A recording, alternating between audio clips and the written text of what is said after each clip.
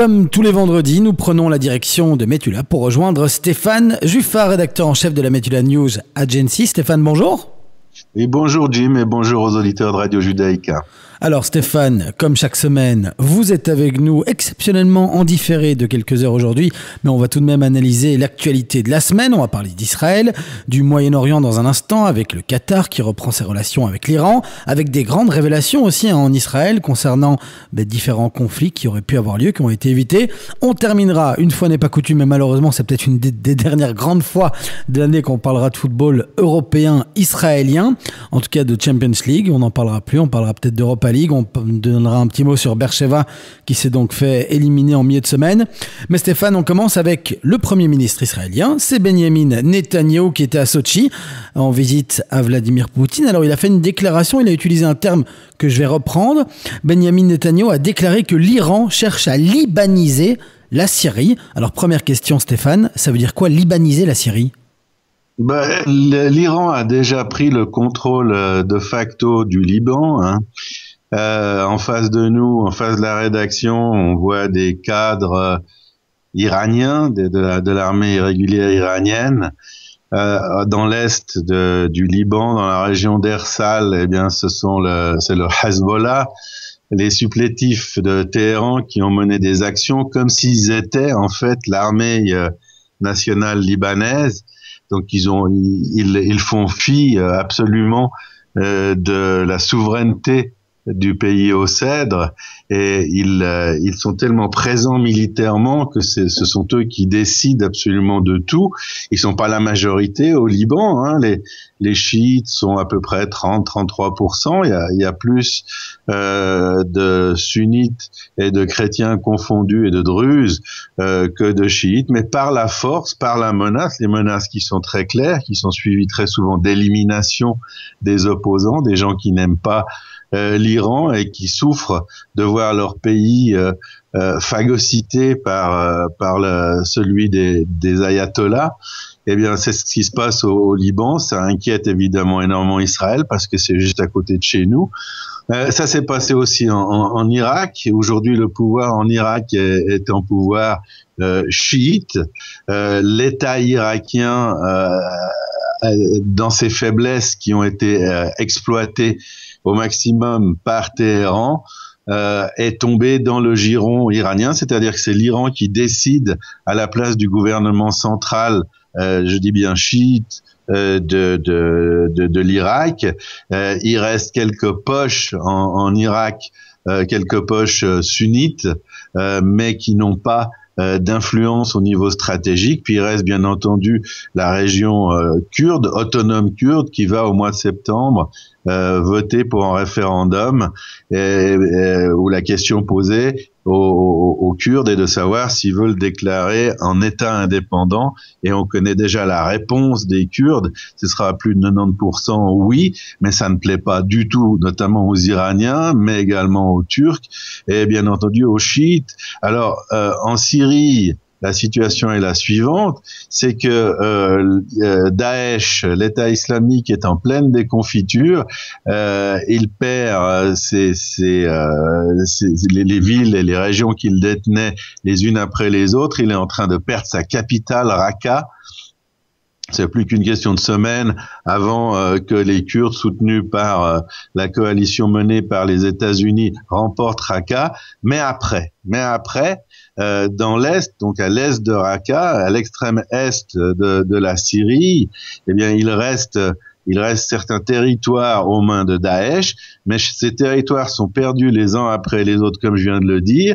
Et puis l'Iran remplace en fait Daesh, conquiert ces territoires dès qu'ils sont repris à Daesh, même repris par d'autres forces, notamment les forces gouvernementales syriennes soutenues par l'aviation russe.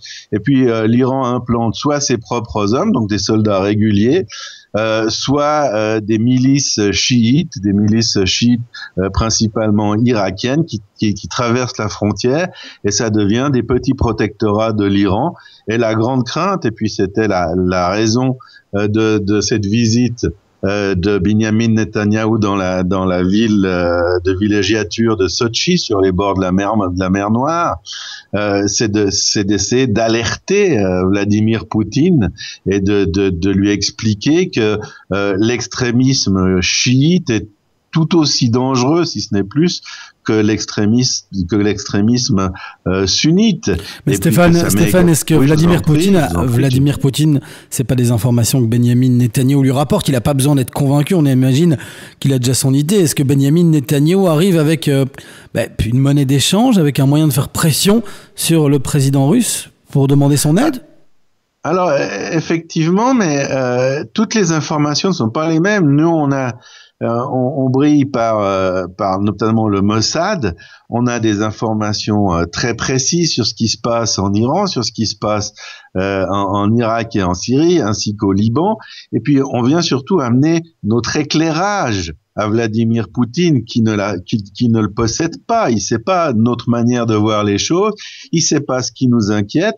Et puis ce qu'on lui dit à lui, c'est que la Russie n'a pas intérêt à voir justement l'Iran s'installer sur la frontière israélienne dans le Golan, que la Russie n'a pas à faire le travail, surtout avec son aviation et ses forces spéciales au sol, pour l'Iran, pour permettre à l'Iran de s'installer à demeure et dans la durée en Syrie. Alors ce qu'on sait, c'est que ce sont des rencontres en petit comité. C'est 3 Israéliens et 3 Russes d'habitude. Alors il y a bien entendu le Meir Ben Shabbat qui vient avec Binyamin Netanyahou, qui est un des chefs de la sécurité nationale. Il y a le chef du Mossad, Yossi Cohen, et puis il y a le ministre de la protection de l'environnement, Zeev Elkin. Alors Zeev Elkin, il n'est pas là-bas pour parler d'environnement. Il est là-bas pour faire la traduction. Ça évite d'avoir des traducteurs et ça permet justement de parler en tout petit comité et avec un ministre israélien qui fait la traduction, côté russe aussi. Puis ce qui est très intéressant, c'est ce qu'on a appris, c'est contrairement aux rencontres habituelles entre dirigeants politiques, ce ne sont pas des discussions qui durent une demi-heure et qui restent dans la superficialité, mais c'est des discussions qui vont au fond, qui durent 3 heures, des fois 5 heures, avec un Vladimir Poutine qui ne ressemble pas aux autres interlocuteurs d'Israël, parce qu'il est vraiment, comme vous l'avez suggéré, au courant de ce qui se passe. Il connaît très bien ses dossiers. C'est une personne qui a ses défauts, mais qui est éminemment à la fois renseigné, cultivé et intelligent, et qui a ses propres intérêts. On n'est pas dans ces discussions à demander à Vladimir Poutine de partager les intérêts d'Israël. On explique quels sont les intérêts communs. On parle toujours, bien entendu, des méthodes ou des dispositifs qui existent entre Israël, entre l'armée de l'air israélienne et l'armée de l'air russe, parce qu'elles évoluent très proches l'une de l'autre, notamment sur nos têtes, ici à Metula, pour qu'il n'y ait pas de malentendus qui mènent à une catastrophe entre les deux armées. On définit les zones d'influence, on définit les manières de se parler, mais dans le fond, au niveau politique et stratégique, on essaye d'influer, on essaye d'informer de notre point de vue Vladimir Poutine et ses conseillers les plus proches du danger que représente l'Iran, qui va devenir nucléaire, de l'expansionnisme iranien. On explique à la Russie ce qui me semble assez clair, c'est que cette ceinture ou cette autoroute chiite qui va d'Afghanistan en passant par l'Iran, Irak et Syrie et Liban jusqu'à la Méditerranée n'est pas du tout dans l'intérêt de Moscou. Alors Moscou réagit par rapport à ses propres intérêts, bien entendu. D'abord parce que l'Iran est un gros client de son pays, notamment pour les réacteurs nucléaires et son armement. Poutine a une immense industrie militaire qui doit faire tourner et il doit ménager ses clients. Et puis au niveau stratégique aussi, il y a des avions russes qui sont basés en Iran, qui opèrent depuis l'Iran et également depuis les mers qui existent autour de l'Iran avec ces navires, avec la flotte russe. Donc c'est également important pour Vladimir Poutine de ménager ses relations avec l'Iran et d'avoir également ce point de vue israélien lors de rencontres qui se multiplient chaque mois ou chaque 2 mois. On a ces mêmes rapports, ce même suivi, et c'est déjà très très bien, Jim, de pouvoir se parler de cette manière qui est presque amicale avec Poutine. Stéphane, il y en a un autre qui a parlé, c'est le général Amir Echel, on en parlera dans un instant avec des révélations choc dans la presse israélienne. Mais un mot tout de même sur le Qatar, l'information est tombée, le Qatar reprend ses relations avec l'Iran, des relations rompues déjà depuis pas mal d'années. Stéphane, comment est-ce qu'il faut analyser cette actualité-là, cette information, dans la situation actuelle de tension entre justement le Qatar et ses pays voisins? Le monde arabe a ostracisé le Qatar, c'est-à-dire fermer les frontières terrestres avec lui, les frontières aériennes. Il y a que le seul lien qui reste, c'est d'autoriser des pèlerins qataris à faire le pèlerinage de la Mecque, mais c'est pas grand-chose. Le Qatar est encerclé, c'est un tout petit pays, encerclé par le monde arabe qui ne cède rien. L'Égypte surtout, l'Arabie Saoudite, les grands pays arabes. Quand je dis pays arabes, je pense pays sunnites, qui ne supportaient justement pas les relations privilégiées qui existent encore entre le Qatar et la Russie. Une des raisons pour lesquelles ces relations ont été brisées, c'est parce que côté arabe, on est absolument persuadé que le Qatar et son émir en tête transfèrent des informations sensibles à l'Iran, et ça déplaît énormément. Alors le Qatar, son intérêt, c'est ces forages de gaz qui sont faits avec plus ou moins la coopération de l'Iran. Et le Qatar est très proche de l'Iran géographiquement, elle peut pas se fâcher complètement avec lui plutôt. Et puis c'est le seul moyen pour l'émir de garder une certaine force d'influence, c'est justement de jouer sur ces deux tableaux. À la fois il est arabe, mais également il a des intérêts privilégiés avec l'Iran. Mais là c'est le pied de nez, c'est la gifle, Jim. C'est quelque chose de pratiquement définitif, en tout cas qui va durer très longtemps. C'est totalement inacceptable pour le monde arabe. Vous avez certainement également entendu parler des combats très rudes qui se déroulent au Yémen, avec des dizaines et des dizaines de morts, même des centaines de morts ces derniers jours, avec les Houthis qui sont soutenus militairement et également sur le terrain avec ces fameux conseillers iraniens qui combattent les alliés des Arabes et qui combattent la coalition arabe qui est présente en force. Et puis, à en croire nos camarades de la MENA arabe, comme Faisal H en Jordanie ou Sami Al-Soudi, eh bien, il y aurait également une participation d'Israël au niveau logistique et même peut-être plus dans cette guerre du Yémen. Donc on voit que ce monde est en train de se diviser, ce monde moyen-oriental est en train de se diviser de manière de plus en plus claire et de plus en plus violente, avec d'un côté les grands pays arabes, Israël, et dans les coulisses les Américains qui jouent un rôle un petit peu difficile à comprendre ces derniers temps, notamment en Syrie.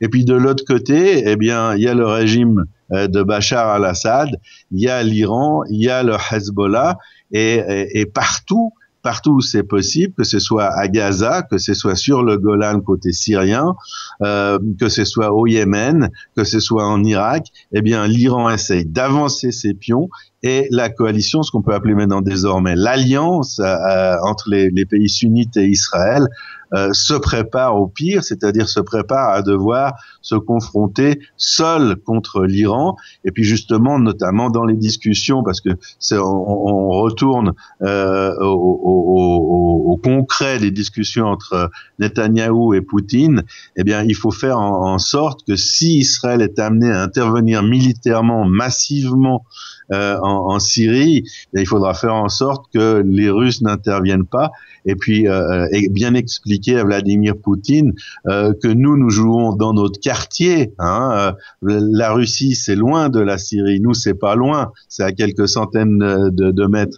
de là où nous nous trouvons pour le Liban, et à une vingtaine de kilomètres de Methoula pour les premiers soldats iraniens. Donc il faut faire passer ce message en disant que la sécurité d'Israël passe avant tout, et si on a frappé les Iraniens en Syrie, comme c'est déjà arrivé, on va en parler, je pense, dans le sujet suivant, eh bien, il faudrait vraiment pas que la Russie s'en mêle et qu'elle nous laisse faire notre travail de voisinage, de nettoyage dans le voisinage, sans essayer de s'interposer, parce que là, ça pourrait vraiment dégénérer. Et puis, il y a des lignes rouges qu'Israël ne peut pas laisser dépasser par les Iraniens, et à n'importe quel prix, je dirais. Et c'est vraiment sur ces points-là qu'il faut s'entendre et qu'il faut être très clair avec ceux qui sont aujourd'hui nos amis, pas forcément nos alliés, mais nos amis russes en tout cas, qui nous prêtent l'oreille. Mais Israël, Stéphane, c'est pas nouveau, n'a pas que des amis dans la région, dans ses pays voisins. D'ailleurs, on a eu des révélations récemment du major général Amir Eshel. Alors, Stéphane, avant que vous nous donniez peut-être ces révélations en détail, est-ce que ça a été des révélations ou c'est quand même des sujets qu'on connaît dans la sphère d'analyse stratégique ou médiatique ou politique en Israël ? J'y pensais justement quelques minutes avant qu'on commence cette émission. En fait, il n'y a pas très longtemps du tout, à 2 reprises, il y a des appareils, des chasseurs bombardiers israéliens qui sont passés sur la rédaction. Puis quand ils passent sur la rédaction en direction du nord, moins d'une seconde plus tard, ils se trouvent au Liban, et quelques minutes plus tard, ils pourraient se trouver en Syrie. Alors, l'intelligence et l'expérience nous dit que personne de sensé aujourd'hui irait se balader en Corée du Nord s'il n'a pas quelque chose de très très important à le faire, parce que c'est dangereux. Et pour nous, c'est la même chose, c'est-à-dire qu'on va pas envoyer nos pilotes sur ces territoires s'ils n'ont pas quelque chose de très précis à y faire, de très très important à y faire. On va pas mettre en danger nos appareils et surtout nos pilotes.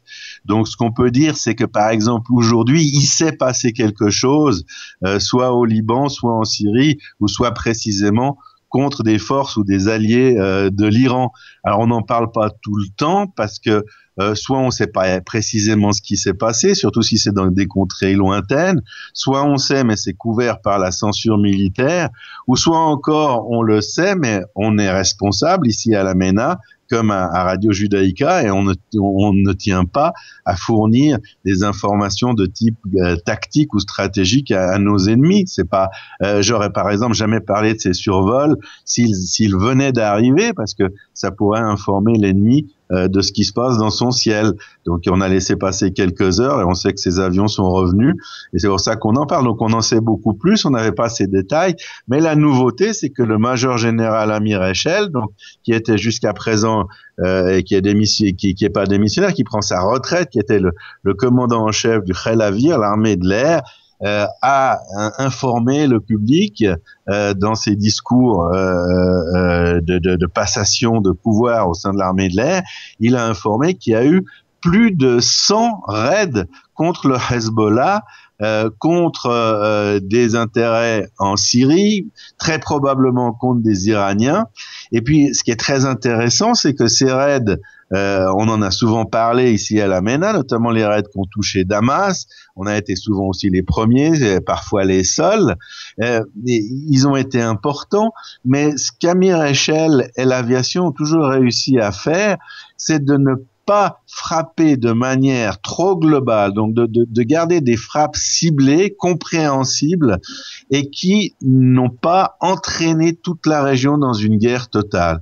Et c'est de cela que le major général se targuait, et nous pensons ici qu'il a bien raison, c'est-à-dire faire 100 frappes qui touchent les intérêts fondamentaux de nos ennemis, par exemple le transfert d'armes sophistiquées d'Iran au Hezbollah, au Liban, en passant par la Syrie, c'est quelque chose qui leur a fait mal. Et sur 100 raids, ils ont perdu des centaines, voire des milliers de combattants.